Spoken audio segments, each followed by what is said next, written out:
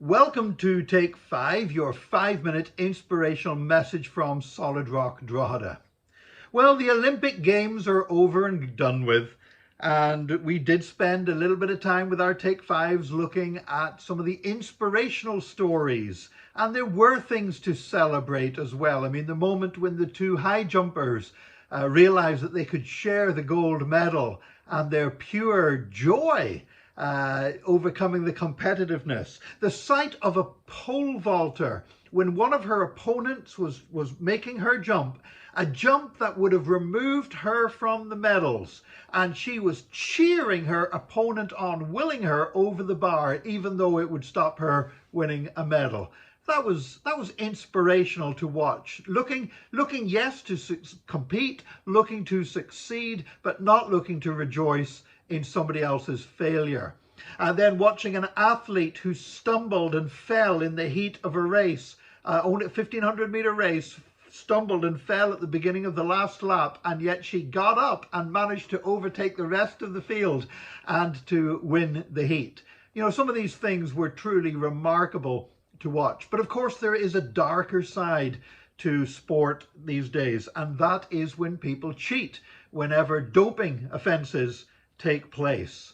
And there's been a case now in the last few days where a British relay runner, Chijindu Uja, who was part of the British team that won the silver medal in the 4x100 meters relay, has now tested in a provisional test, has tested positive for two banned substances. One of them is called Enbosarm. It's a drug that deals with, it's actually a drug created for dealing with osteoporosis and for also helping treat prostate cancer. And there's another drug, S23, which has actually been developed as a male contraceptive pill. And yet these substances also increase muscle mass and strength, and so are prohibited and banned. And sadly, Chijindu Uja has provisionally tested positive. Now, it's not final. He's been provisionally suspended, and, you know, it could turn out that this guy is innocent. That could well be. This is just a provisional result at the moment.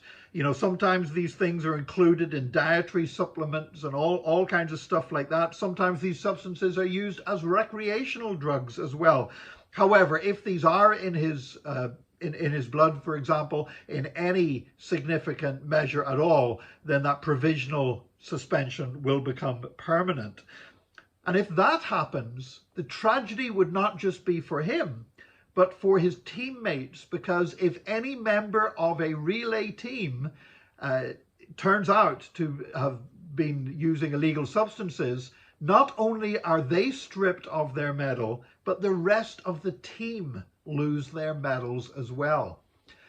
You know, irrespective of whether Chijindu Uja turns out to be found guilty of this doping offence or whether he is eventually cleared, for the other three members of his team, they must be going through a terrible time now. They've trained for years and years to win an Olympic medal, and now that medal, they face the prospect of that medal being taken away from them, not because of anything wrong that they have done whatsoever, but because of the possibility that they've been let down by another member of their team. And that is how sin works. Sin does not just affect us. Sin affects the people around us. I have been horrified again and again in my time as a Christian when I see a prominent Christian, sometimes somebody in Christian leadership, who sins and gets involved in an openly immoral situation or is found to have been engaging in a clandestine affair.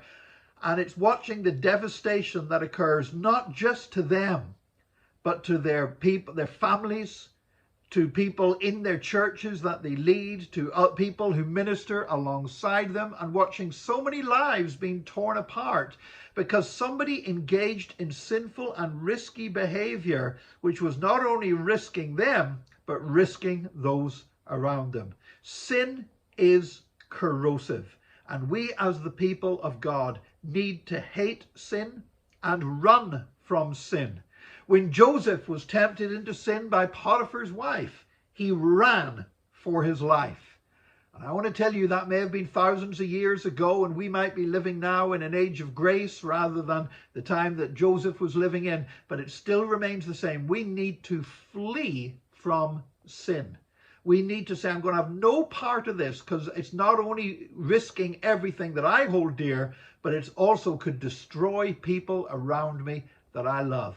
I pray that today that God will give us the strength to flee from sin and run to him when confronted with temptation.